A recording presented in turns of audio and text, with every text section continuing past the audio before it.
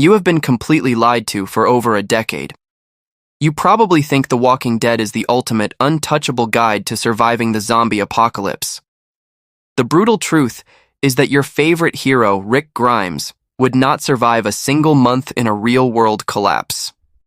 Every single tactical choice his group makes is essentially a hidden death wish. Real military veterans and hardcore survivalists have watched this television phenomenon and laughed out loud at the absolute disregard for basic science. Today, we are going to violently tear down that cinematic illusion. We will expose the 12 most massive, fatal mistakes that this franchise desperately tries to sell you. And we are starting with an error so glaring, so completely inexcusable, it will make you question how anyone survived past the first season. I am talking about the absolute lack of bite-proof armor. Let that terrifying reality sink in for a moment. Do not dare call this mere nitpicking. The very foundation of this entire universe was laid down as an unbreakable law on day one. A single bite will violently end your life. One tiny accidental scratch from a rotting fingernail is an absolute, unavoidable death sentence. If infected walker blood even lightly brushes against an open wound, your fate is entirely sealed. The stakes could not possibly be any higher. Yet what does our great leader Rick Grimes choose to wear into close quarters, life or death combat? A simple, thin cotton t-shirt and a pair of casual denim jeans. He does this recklessly for 11 straight seasons. He charges headfirst into swarms of the flesh-eating undead, dressed exactly like he is going to a Sunday brunch. It is absolute madness that insults human intelligence. Sure, we saw tiny glimpses of sanity along the way. Glenn practically became a god of survival when he put on that heavy prison riot gear back in Season 3. But then, he foolishly threw it all away simply because he felt a little too warm. We saw the kingdom brilliantly rocking handmade medieval plating. We eventually saw the Commonwealth parading around in those highly advanced white stormtrooper suits. But Rick's core family, the supposed ultimate survivors, spent an entire decade exposing their bare arms, vulnerable necks, and unprotected legs to an extinction-level threat. The Zombie Research Society actually ran the scientific numbers and proved something truly incredible. A cheap, everyday hooded sweatshirt, tightly wrapped with a few simple layers of heavy-duty duct tape, instantly provides near-flawless bite protection. Throw on a pair of thick leather work gloves and some cheap safety goggles, and you suddenly become a walking fortress against teeth and infected splatter. Heavy motorcycle leathers are literally abandoned in every single deserted town. Hard plastic shin guards are just collecting dust in every ruined sporting goods store across America. Thick, impenetrable leather jackets are hanging freely in thousands of empty bedroom closets. You could literally tape a few thick magazines to your forearms, and a zombie's jaw would snap in half before it ever broke your skin. All of this life-saving gear is completely free and begging to be scavenged. Yet, our so-called expert survivors willfully ignore every single piece of it. And please, do not ever use the summer heat as a valid excuse. Ancient medieval warriors marched for days across scorching deserts, yet they still put their heavy iron armor on when the enemy swords were drawn. They knew that sweating is always better than bleeding to death on the dirt. Besides, the harsh, freezing winters of Virginia would make a heavy leather jacket a massive blessing, not a burden. They could easily wear protective layers during dangerous, high-risk supply runs and simply strip them off once they are safely behind their walls. But they stubbornly, almost comically, refuse to do so. Every single time they engage a walker in close quarters, they are literally one clumsy slip away from a horrifying, agonizing demise. A simple, forgotten leather jacket from an abandoned mall would immediately skyrocket their survival odds overnight. The undeniable truth is, the writers deliberately ignored this logical upgrade because fully armored characters would completely ruin the dramatic, terrifying suspense of the show. They actively traded basic human intelligence for cheap television thrills, ignoring the easiest and most highly effective survival tactic in the entire wasteland. While walking into battle without armor is a foolish way to get yourself killed, the next massive cinematic lie is something that would doom entire communities to a horrific death. I am talking about the absolute mind-boggling myth of magical gasoline that seemingly lasts forever. For roughly the first 8 gripping seasons of this show, which translates to over 2 grueling years of in-universe survival, Our heroes casually drive massive RVs, heavy trucks, and Daryl's iconic motorcycle without a single thought about fuel degradation. Negan's ruthless saviors somehow maintain a massive, fully operational military fleet of vehicles. They aggressively drive back and forth to Alexandria, Hilltop, and everywhere else like it is just a casual Tuesday afternoon in a perfectly normal world. Yes, the writers finally tried to fix this gaping plot hole in the Season 9 premiere by introducing horses and corn ethanol. But let us be painfully honest, that was about 8 agonizing seasons too late. Here is the brutal, scientific reality that Hollywood refuses to show you. Ordinary gasoline chemically degrades and goes completely bad in just 3 to 6 short months if left untreated. Even if you miraculously find premium fuel stabilizers, you are looking at a maximum lifespan of 12 months before that liquid becomes completely useless. Bill James Spite, a renowned author on petroleum refining, confirmed that the intense, sweltering humidity of Georgia and Virginia would accelerate this chemical breakdown even faster. The precious fuel rapidly oxidizes, its vital hydrocarbons vanish into thin air, and modern ethanol blends actively suck in moisture that rots rubber seals from the inside out. John Ramey, a top survival expert and advisor to the Department of Defense, brutally shattered this television myth. He explicitly stated that the idea of finding usable gasoline a year after the collapse of society is completely laughable. That old, degraded fuel physically turns into a thick, sticky sludge that instantly clogs lines and violently destroys engines the moment you turn the key. But the mechanical nightmare does not just stop at the gas tank. Car batteries will completely die and become useless blocks of lead within 2 to 4 months without an active alternator charging them. Essential rubber hoses will crack, tires will suffer from catastrophic dry rot, and critical brake lines will corrode to dust.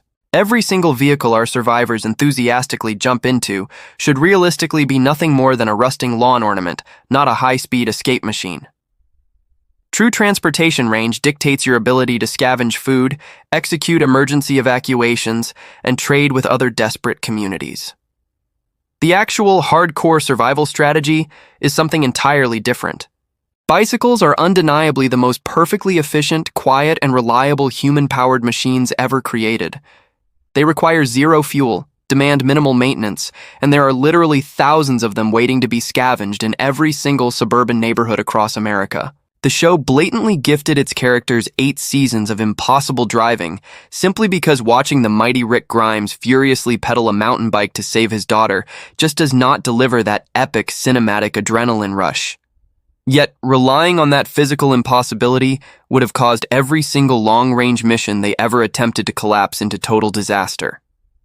Now, if you think magical gasoline is a ridiculous insult to logic, just wait until you uncover the next biological impossibility that completely shatters the fundamental rules of this entire universe. We need to talk about the legendary, yet entirely absurd tactic of using zombie guts as camouflage. Ever since the very first season, we have watched our heroes enthusiastically smear decaying, highly infectious walker entrails all over their bodies to hide in plain sight. We all remember Glenn covering himself from head to toe in liquefied, rotting organs just to take a terrifying stroll through downtown Atlanta. Rick does it, Father Gabriel does it, and it suddenly becomes this iconic signature survival hack repeatedly used to cheat death. Furthermore, these characters are constantly getting drenched in thick black zombie blood during intense melee combat in almost every single episode. Their faces are coated, their mouths are gasping for air, their eyes are wide open and fully exposed to this infectious nightmare. Yet they magically walk away perfectly fine. Think back to the chaotic events of Season 6. Rick Grimes violently slices his hand wide open on a rusty machete. That blade is buried deep inside the rotting flesh of a walker. Highly infected, toxic blood pours directly into his deep, open wound. What does our legendary hero do? He casually wipes it off on his pants and keeps fighting like nothing happened. He never gets sick. He never shows a single symptom of infection. But let us fast forward and look at the terrifying events of Season 8. Negan's saviors deliberately weaponize this exact same walker blood to slaughter their enemies. They dip their arrows and blades into putrid, diseased entrails. They shoot people with these contaminated weapons. And those unfortunate victims, like Tobin and countless Alexandrians, die horrific, agonizing deaths from the infection. The show explicitly confirms that zombie blood entering an open wound is an absolute, unavoidable death sentence. So I need someone to explain this massive contradiction to me. How does Rick miraculously survive a massive direct blood-to-wound exposure while Tobin dies from a tiny infected scratch? Kyle Hill, writing a brilliant breakdown for Scientific American, painted a much more horrifying picture of reality. He perfectly compared these zombie wounds to the lethal, bacteria-filled bite of a Komodo dragon. Decomposing flesh is an absolute breeding ground for deadly gastrointestinal pathogens, tuberculosis, and hepatitis. There is a very good reason the World Health Organization enforces incredibly strict hazmat-level protocols for handling human corpses. Smearing rotting, diseased intestines directly onto your exposed skin should immediately put you in an intensive care unit. It should never magically function as an invisibility cloak. Here is the absolute kicker that destroys the entire cinematic illusion. The creator himself, Robert Kirkman, openly stated that a zombie bite kills you because of a massive, overwhelming bacterial infection. It is not because of some mystical airborne zombie virus. This revelation creates a massive, inescapable logical paradox. If the lethal bacterial infection from a decomposing mouth kills you, then aggressively smearing those exact same decomposing entrails all over your body should be an instant death sentence. Yes, Father Gabriel finally got severely ill from this absurd gut camouflage in Season 8 and desperately needed antibiotics. The writers finally decided to acknowledge the extreme biological danger. But how do you possibly explain the dozens of other characters who survived the exact same horrifying exposure without a single cough? Glenn walked right through a massive claustrophobic herd in Season 1, completely drenched in liquefied guts.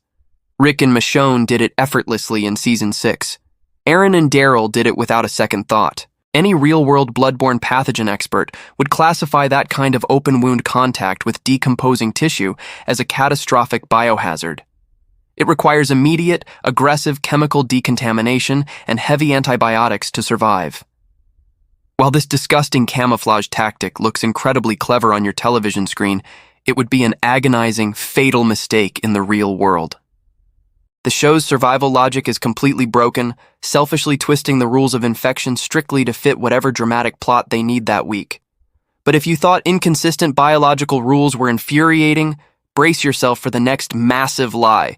We are about to dive into a mistake that completely violates the basic laws of physics and common sense. I am talking about the legendary Hollywood myth of infinite ammunition and firearms that absolutely never jam.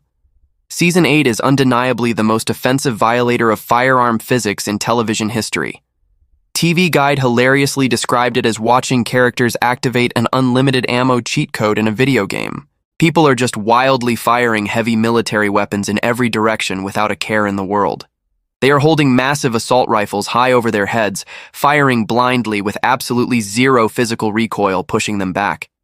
In one utterly absurd, logic-defying scene, a massive Browning M2 50 caliber machine gun completely obliterates human bodies at 100 yards away. Yet, in another scene, that exact same terrifying weapon cannot even dent the thin metal grille of a Jeep at point-blank range, and we can never ever forget Herschel's magical weapon in the Season 2 finale.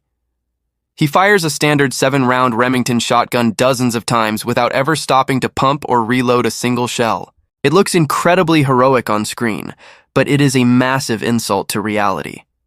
USMC Sergeant Major Mike Burke, a hardened 25-year combat veteran, delivered the ultimate brutal takedown of this fantasy. He pointed out the sheer absurdity of survivors running through a hostile wasteland without ever carrying a single spare magazine.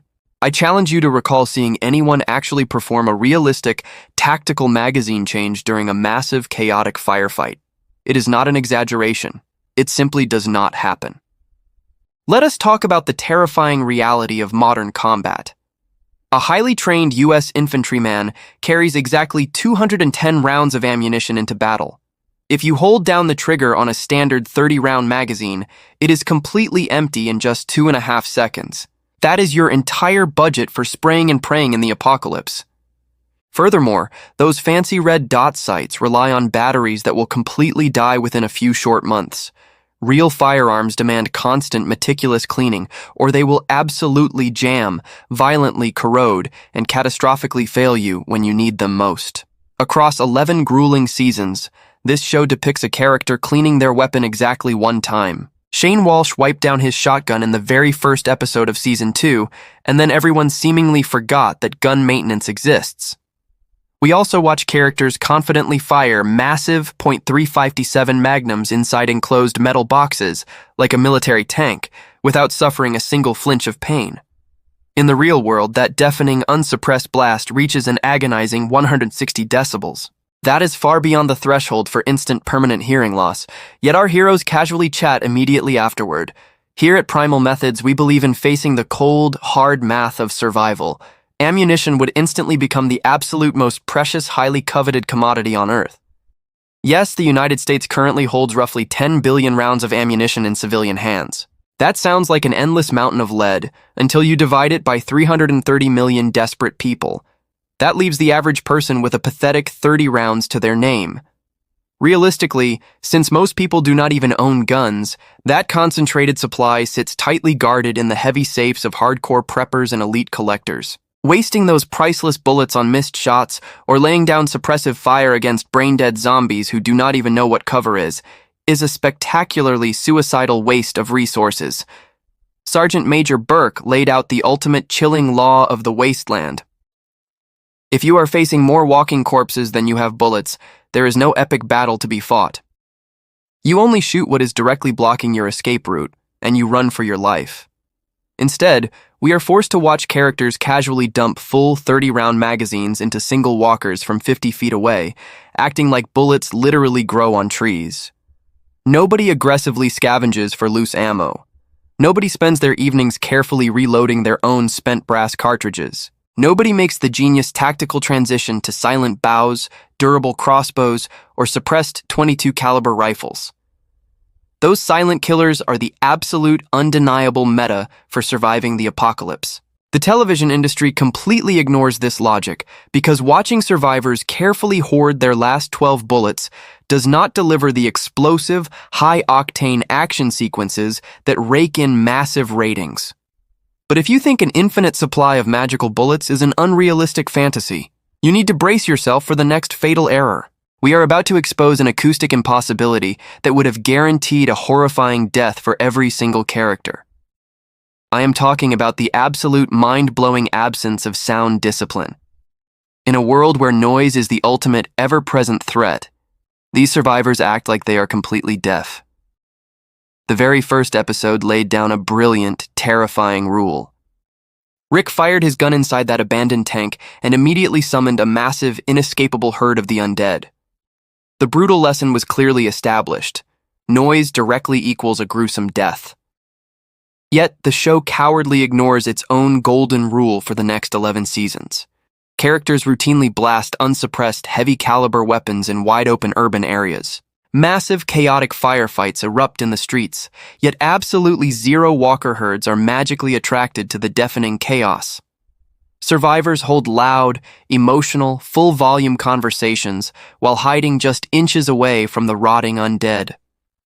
When suppressors finally appear in Season 3, they are depicted as mystical, silent wands that make gunfire sound like a gentle whisper. Matt Mock, the founder of the Zombie Research Society, stated that making loud noises is the absolute last thing you ever want to do. He joked that you might as well climb up on your roof, aggressively ring a dinner bell, and scream for the zombies to come feast on you. Here's the scientific reality of firearm suppression. A real high-quality suppressor only reduces the sound of a gunshot by roughly 30 decibels. That drops a 160 decibel blast down to about 130 decibels. That is still as violently loud as a heavy-duty jackhammer, and it will easily echo for miles across a quiet, abandoned city. The professional firearms community has spent years screaming at their televisions, begging to know why these survivors do not prioritize suppressed .22 caliber rifles. When paired with subsonic ammunition, they are virtually silent, wildly abundant, and completely sufficient for penetrating a decaying skull at close range. Instead, our dramatic heroes heavily favor explosive hand cannons and massive assault rifles that function as a ringing dinner bell for every zombie in a 5-mile radius. The writers selfishly enforce their own rules only when it conveniently serves their dramatic plot. Sometimes a single accidental gunshot summons hundreds of flesh-eating monsters from the woods. Other times, our heroes empty entire magazines in a fiery shootout, and the surrounding world remains completely, unbelievably silent. The terrifying rule of sound discipline clearly exists. The characters are well aware of it, yet they brazenly violate it every single day without ever facing the horrifying consequences they deserve. Let us move on to the ultimate biological elephant in the room. The terrifying concept of walker decomposition should have practically solved the entire zombie apocalypse within a single, sweltering year. Yet, we are forced to watch these walking corpses remain highly mobile, aggressive, and incredibly dangerous for 6 agonizing years after the initial outbreak. Sure, the makeup department eventually makes them look a little more rotted and crusty as the seasons drag on, but they are still somehow functionally walking, gripping, biting, and even climbing stairs with superhuman grip strength. Melissa Unfred, a highly experienced Texas mortician, completely destroyed this Hollywood myth with the brutal, undeniable science of decomposition. The moment death occurs, microscopic bacteria immediately begin digesting internal human tissues from the inside out. This rapid, violent process releases massive amounts of internal gases that cause a horrific, unavoidable stage of bloating. Inexplicably, the cinematic zombies in this universe completely skip this grotesque, explosive stage of decay. More importantly, decomposing bodies rapidly lose the crucial tendons, muscles, and ligaments that physically hold their skeletal structures together. As Unfred brilliantly pointed out, without those connective tissues, a zombie taking a single awkward step would literally send its own rotting legs flying off into the dirt. In the thick, suffocating, humid heat of a deep Georgia summer, active biological decay aggressively reduces a human body to a harmless pile of bones and dried skin. This violent biological breakdown happens in a matter of weeks, absolutely not years. Dr. John Neri from McMaster University drove the final scientific nail into the coffin of this illusion. The human brain absolutely requires a constant, heavy flow of fresh blood packed with glucose and oxygen just to perform the most basic motor functions. Without a beating heart and active, pumping circulation, a zombie's decaying brain simply cannot send electrical signals to its rotting muscles. Renowned science communicator Kyle Hill ran the brutal mathematics on Atlanta's intense, humid climate. He calculated that the scorching summer heat and aggressive insect populations would rapidly consume all the soft tissue. This would render every single zombie completely harmless and immobilized within 3 to 6 short months. Robert Kirkman, the creator himself, practically admitted to this massive plot hole by claiming some magical, mysterious element slows down their natural decay. He casually hand-waved away the central scientific impossibility of his own universe just to keep the story going. Here at Primal Methods, we focus on the cold, hard reality of survival, and the ultimate realistic strategy is stunningly simple. You do not need to fight a never-ending, grueling war against the undead. You simply build a heavily fortified bunker, heavily stock it with essential supplies, and patiently hunker down through one single brutal Georgia summer.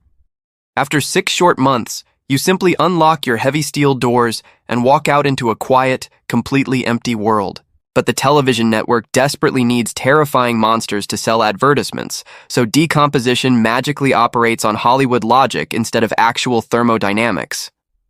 If you thought the immortal, rotting corpses were a massive insult to science, wait until you look at how these survivors supposedly feed themselves. The show expects you to blindly believe that a few tiny, picturesque vegetable gardens can magically sustain massive, thriving communities.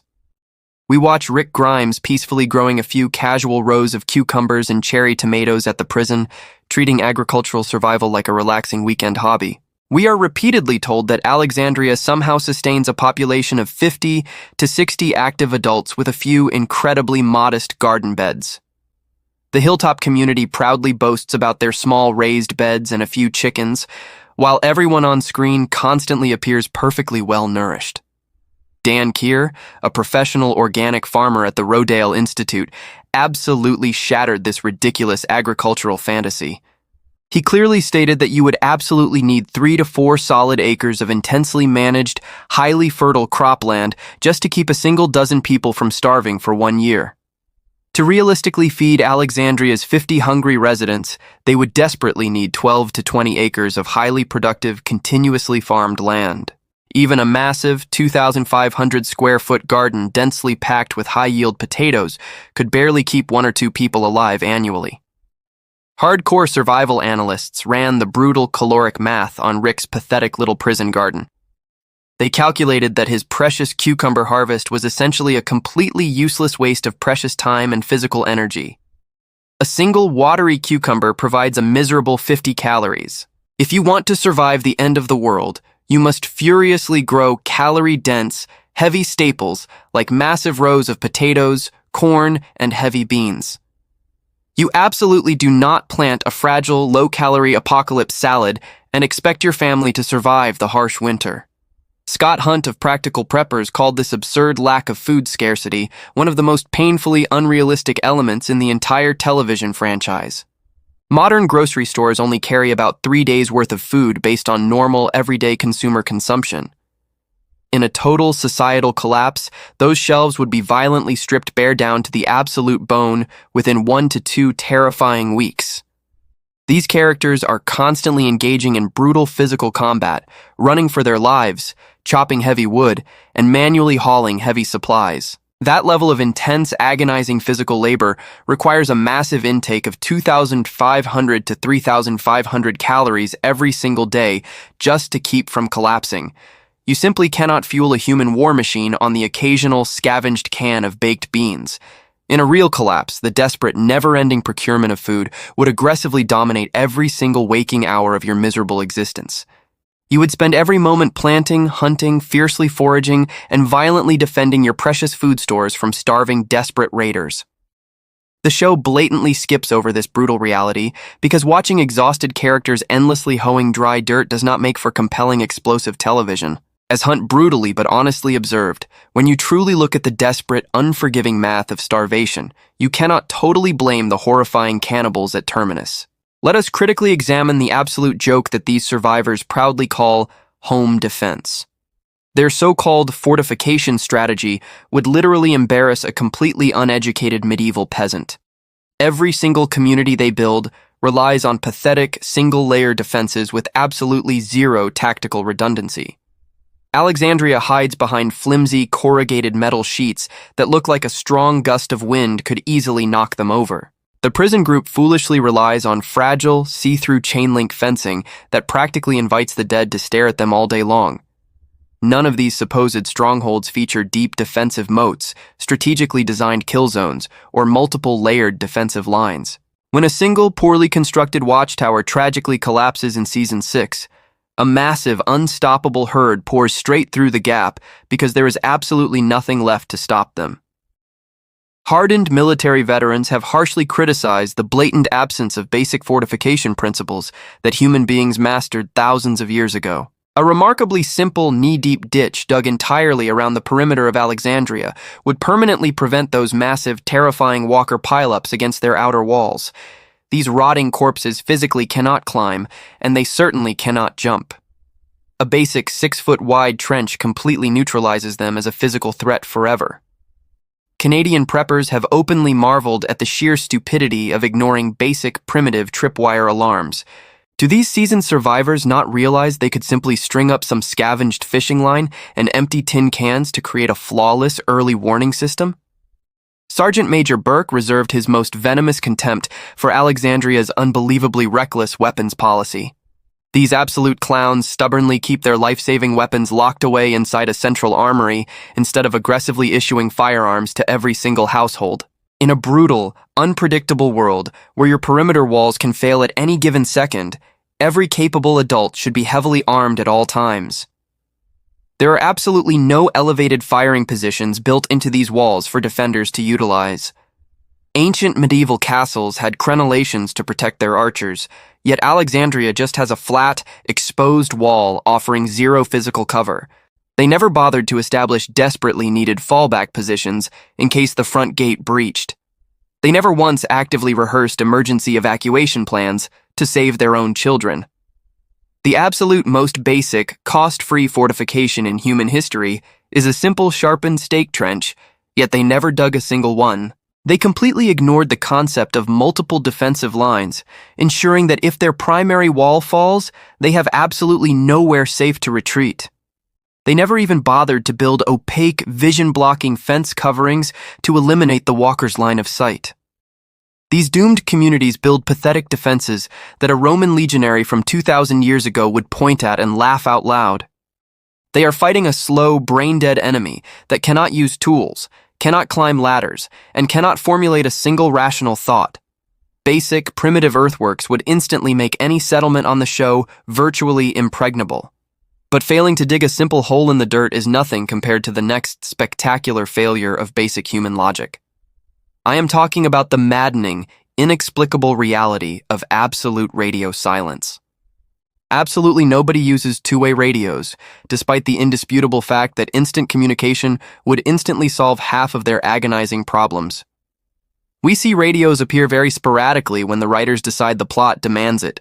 Rick dramatically hands Morgan a walkie-talkie back in Season 1, but then the core group spends multiple grueling seasons surviving with virtually zero long-distance communication.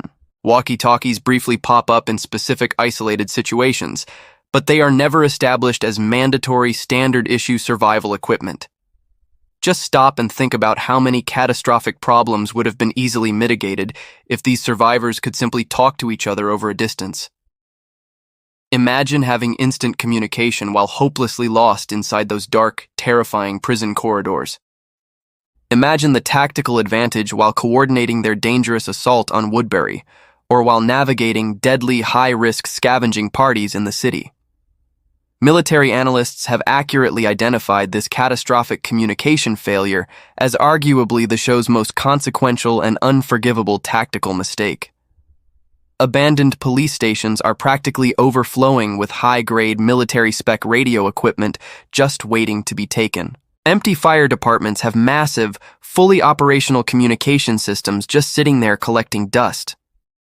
Destroyed military vehicles are loaded with advanced tactical radios, and every looted electronics store has aisles full of CB and ham radio equipment. Ham radios can effortlessly reach hundreds of miles, connecting scattered survivors across entire states. CB radios require absolutely zero power grid infrastructure to operate perfectly in the wild. Yet, the show's favorite, most exhausted dramatic device is having the group accidentally split up and agonizingly lose contact with one another. Glenn goes on a routine supply run. Nobody hears from him for a few hours, and everyone immediately assumes he has been brutally ripped apart.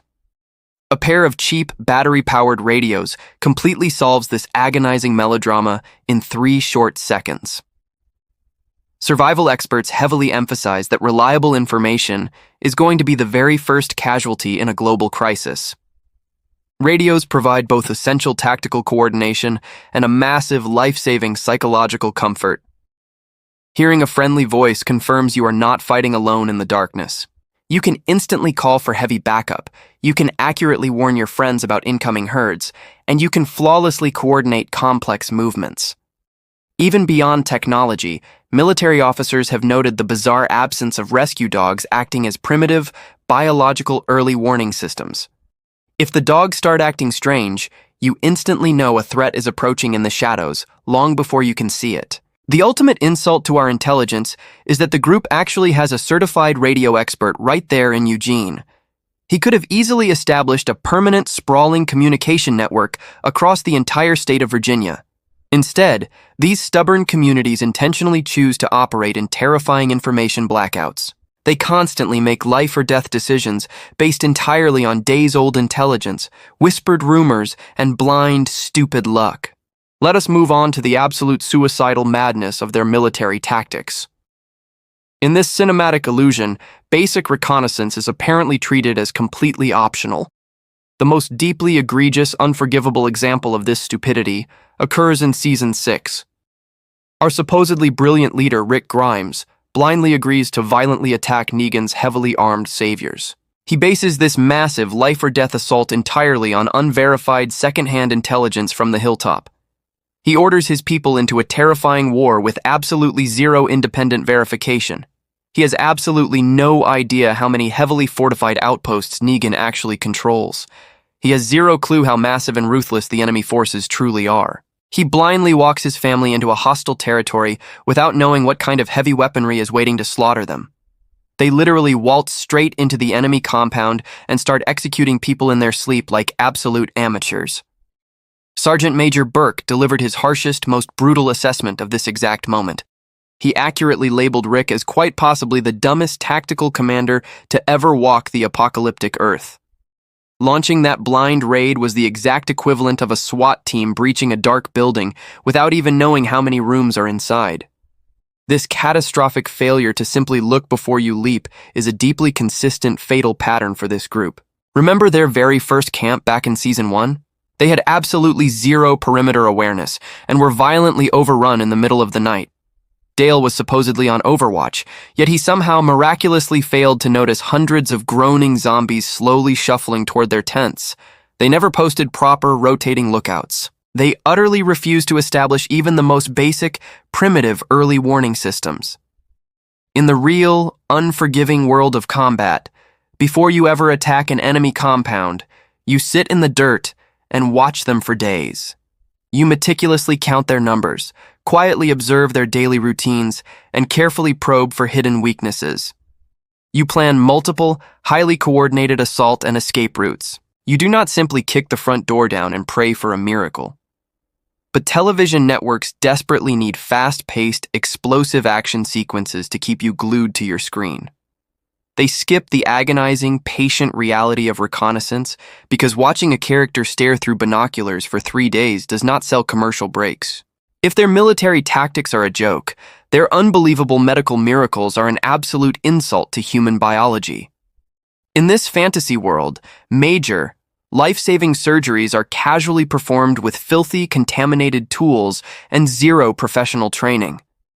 Think back to the horrifying moment in Season 3 when Rick brutally hacks off Herschel's bitten leg. He uses a filthy, blood-soaked axe that he literally just used to slaughter dozens of rotting walkers. He performs a massive amputation with zero sterilization, zero antibiotics, and zero surgical precision. Yet, miraculously, Herschel effortlessly survives this catastrophic butchery and is happily walking around on crutches just a few weeks later. Then we have Herschel himself, a man whose entire medical career was dedicated to treating farm cows. In Season 2, this country veterinarian suddenly performs highly complex pediatric abdominal trauma surgery.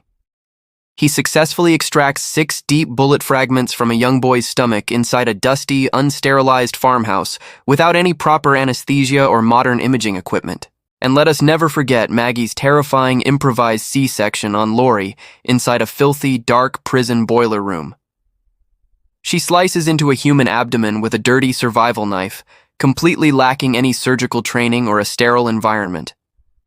Lori tragically dies, but the newborn baby miraculously survives this absolute biological nightmare perfectly healthy. Dr. Deborah Mogoloff, a highly experienced emergency physician, shattered this Hollywood illusion with cold, hard medical facts. She confirmed that while a traumatic field amputation is technically survivable, it absolutely demands a tight tourniquet, proper wound closure, and critically sterile instruments. In Robert Kirkman's original comic books, Dale suffered a similar dirty amputation and realistically died a slow, agonizing death from a massive infection. The television writers simply erased the brutal reality of bacterial sepsis from existence to keep their favorite characters alive. Without heavy intravenous antibiotics, any deep open wound resulting from improvised dirty surgery would violently infect within hours. Lethal sepsis would ruthlessly shut down their organs and kill them within a matter of days. The show dangerously normalizes the absurd idea that major invasive trauma surgery can succeed with nothing but rusty kitchen utensils and a little bit of dramatic determination. We watch characters routinely recover from deep stabbings, point-blank gunshot wounds, and severe blunt force trauma in just a few short days.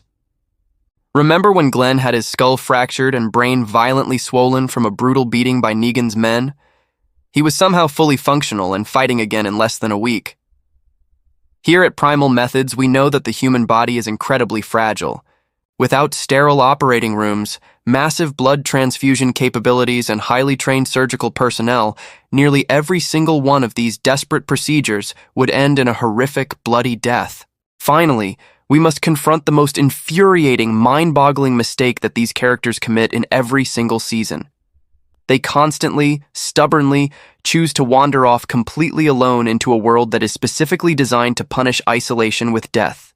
Think about young Carl carelessly wandering into the dark woods by himself, a foolish decision that indirectly caused the brutal, agonizing death of Dale. Remember when Carol just randomly decided to leave the safety of Alexandria completely solo? Or how about Denise, the community's absolute only remaining medic, throwing a childish tantrum to go outside the walls?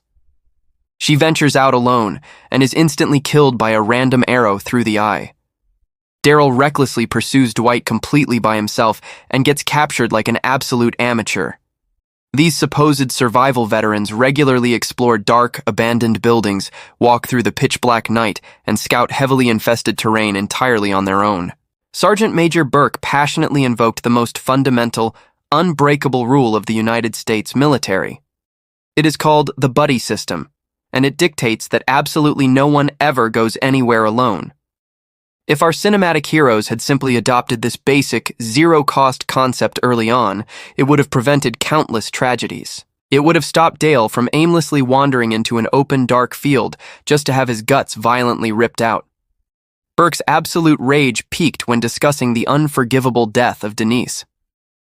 When your only surviving doctor demands to leave the safety of your walls, you look her in the eye and say absolutely not.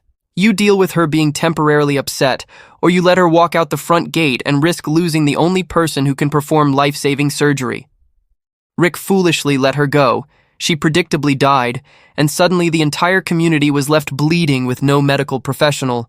Michael Major, a hardened Canadian Forces veteran, added another terrifying layer to this logistical nightmare. He pointed out that this group never once bothered to plan for a massive, catastrophic evacuation. They established absolutely zero rally points. They never practiced emergency escape routes, and they completely failed to hide secret supply caches in the woods. When Alexandria is eventually overrun, everyone just scatters in random, chaotic directions like frightened children with zero tactical coordination. Solo movement in a hostile, apocalyptic territory violently breaks every single law of survival and military doctrine. You cannot provide mutual security. You cannot call for backup, and you cannot verify hidden threats. The fix to this massive, recurring problem costs absolutely nothing. You simply enforce the unbreakable rule that nobody ever, under any circumstances, walks outside that gate alone. Burke's final, brutal assessment perfectly captures the reality of this entire franchise. The Walking Dead is an incredibly entertaining show if you want a step-by-step masterclass on how to die horribly in the apocalypse. If Rick Grimes had actually done things the way a real military commander would, he would have been the untouchable warlord of North America. But of course, that would have made for the most boring, uneventful television show in history. Hollywood deliberately sacrifices practical, logical survival at every single turn, just to manufacture cheap, dramatic tension. Characters refuse to wear bite-proof armor because it reduces the heart-pounding suspense. They refuse to use basic radios because forced miscommunication drives the emotional plot. Gasoline magically works forever because watching heroes walk for days is bad for television ratings. And nobody ever enforces the buddy system because splitting up creates the perfect, terrifying cliffhangers. Here at Primal Methods, we want you to know the absolute truth. The apocalypse will never be won by the toughest fighter or the most accurate sniper. It will be won by the disciplined survivor who digs a deep trench, wears a thick leather jacket, carries a working radio, and never ever walks into the darkness alone. If you want to master the actual, unapologetic truth of survival, stay locked in with Primal Methods. Click the next video on your screen to continue your training and never let Hollywood get you killed.